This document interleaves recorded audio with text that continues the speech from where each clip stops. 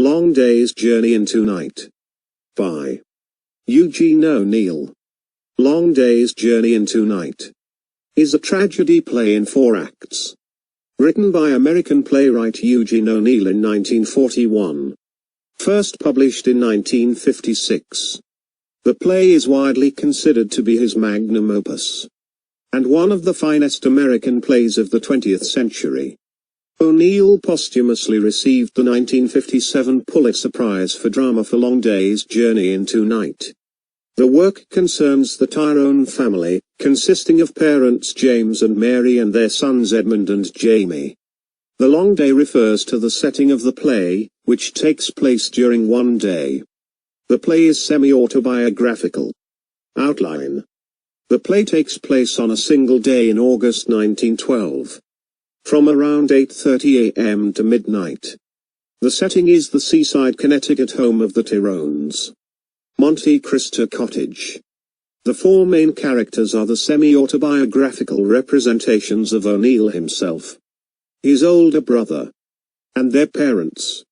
This play portrays a family in a ferociously negative light as the parents and 2 sons express accusations, blame, and resentments.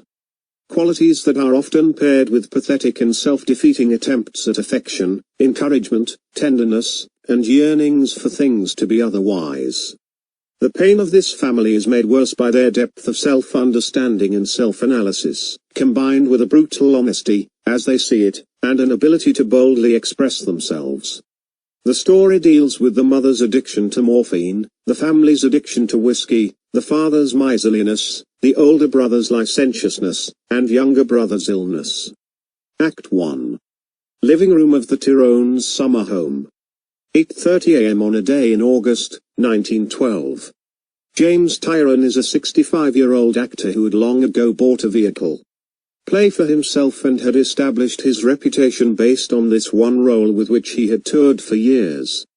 Although that vehicle had served him well financially, he is now resentful that his having become so identified with this character has limited his scope and opportunities as a classical actor. He is a wealthy though somewhat miserly man.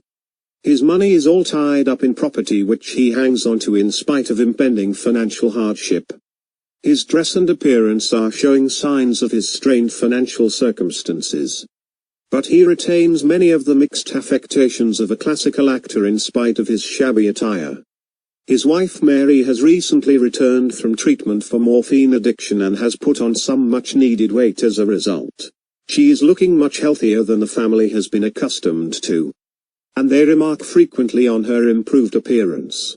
However, she still retains the haggard facial features of a long-time addict. As a recovering addict, she is restless and anxious. She also suffers from insomnia, which is not made any easier by her husband and children's loud snoring. When Edmund, her younger son, hears her moving around at night and entering the spare bedroom, he becomes alarmed, because this is the room where, in the past, she would satisfy her addiction. He questions her about it indirectly. She reassures him that she just went there to get away from her husband's snoring.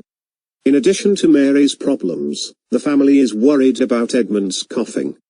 They fear that he might have tuberculosis, and are anxiously awaiting a doctor's diagnosis. Edmund is more concerned about the effect a positive diagnosis might have on his mother than on himself. The constant possibility that she might relapse worries him still further. Once again, he indirectly speaks to his mother about her addiction. He asks her to promise not to worry yourself sick and to take care of yourself. Of course I promise you. She protests, but then adds, with a sad bitterness. But I suppose you're remembering I've promised before on my word of honor. Act 2. The same, around 12:45 p.m. And about a half hour later. Jamie and Edmund taunt each other about stealing their father's alcohol and watering it down so he won't notice. They speak about Mary's conduct. Jamie berates Edmund for leaving their mother unsupervised. Edmund berates Jamie for being suspicious. Both, however, are deeply worried that their mother's addiction may have resurfaced. Jamie points out to Edmund that they had concealed their mother's addiction from him for 10 years. explaining that his naivete about the nature of the disease was understandable but deluded. They discuss the upcoming results of Edmund's tests for tuberculosis. And Jamie tells him to prepare for the worst. Mary appears. She is distraught about Edmund's coughing, which he tries to suppress so as not to alarm her, fearing anything that might trigger her addiction again. When Edmund accepts his mother's excuse that she had been upstairs so long because she had been lying down, Jamie looks at them both contemptuously. Mary notices and starts becoming defensive and belligerent, berating Jamie for his cynicism and disrespect for his parents. Jamie is quick to point out that the only reason he has survived as an actor is through his father's influence in the business. Mary speaks of her frustration with their summer home, its impermanence and shabbiness, and her husband's indifference to his surroundings. With irony, she alludes to her belief that this air of detachment might be the very reason he has tolerated her addiction for so long. This frightens Edmund, who is trying desperately to hang on to his belief in normality while faced with two emotionally horrific problems at once. Finally, unable to tolerate the way Jamie is looking at her, she asks him angrily why he is doing it. You know, he shoots back, and tells her to take a look at her glazed eyes in the mirror. Act 3. The same, around 6:30 that evening. Mary and Kathleen return home from their drive to the drugstore, where Mary has sent Kathleen in to purchase her morphine prescription. Not wanting to be alone, Mary does not allow Kathleen to go to the kitchen to finish dinner and offers her a drink instead. Mary does most of the talking and discusses her love for fog but her hatred of the foghorn, and her husband's obvious obsession with money. Mary has already taken some of her prescription. She talks about her past in a Catholic convent and the promise she once had as a pianist and the fact that it was once thought that she might become a nun. She also makes it clear that while she fell in love with her husband from the time she met him, she had never taken to the theatre crowd. She shows her arthritic hands to Kathleen and explains that the pain is why she needs her prescription, an explanation which is untrue and transparent to Kathleen. When Mary dozes off under the influence of the morphine, Kathleen exits to prepare dinner. Mary awakes and begins to have bitter memories about how much she loved her life before she met her husband. She also decides that her prayers as an addict are not being heard by the Virgin and decides to go upstairs to get more drugs, but before she can Edmund and James Sr. return home. Although both men are drunk, they both realize that Mary is back on morphine. Although she attempts to act as if she is not, Jamie has not returned home, but has elected instead to continue drinking and to visit the local whorehouse. After calling Jamie a hopeless failure, Mary warns that his bad influence will drag his brother down as well. After seeing the condition that his wife is in, James expresses the regret that he bothered to come home, and he attempts to ignore her as she continues her remarks, which include blaming him for Jamie's drinking. Then, as often happens in the play, Mary and James try to get over their animosity and attempt to express their love for one another by remembering happier days.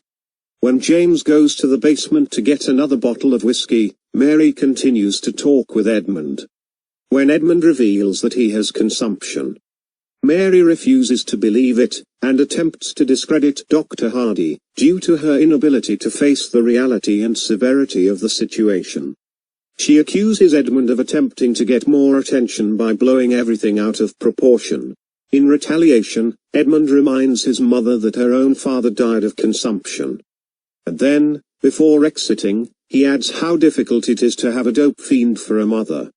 Alone, Mary admits that she needs more morphine and hopes that someday she will accidentally overdose, because she knows that if she did so on purpose, the Virgin would never forgive her. When James comes back with more alcohol, he notes that there was evidence that Jamie had attempted to pick the locks to the whiskey cabinet in the cellar, as he has done before. Mary ignores this and bursts out that she is afraid that Edmund is going to die. She also confides to James that Edmund does not love her because of her drug problem. When James attempts to console her, Mary again rues having given birth to Edmund. who appears to have been conceived to replace a baby they had lost before Edmund's birth. When Kathleen announces dinner, Mary indicates that she is not hungry and is going to bed. James goes into dinner all alone, knowing that Mary is really going upstairs to get more drugs. Act 4. The same, around midnight. Edmund returns home to find his father playing solitaire. While the two argue and drink, they also have an intimate, tender conversation. James explains his stinginess, and also reveals that he ruined his career by staying in an acting job for money. After so many years playing the same part, he lost his talent for versatility. Edmund talks to his father about sailing and of his aspiration to become a great writer one day. They hear Jamie coming home drunk, and James leaves to avoid fighting. Jamie and Edmund converse, and Jamie confesses that although he loves Edmund more than anyone else, he wants him to fail. Jamie passes out. When James returns, Jamie wakes up, and they quarrel anew. Mary, lost in her drug-laden dreams of the past, comes downstairs, holding her wedding gown. She talks about her convent days and how she lost her vocation by falling in love with James, while her husband and sons silently watch her. End of the summary. Thank you.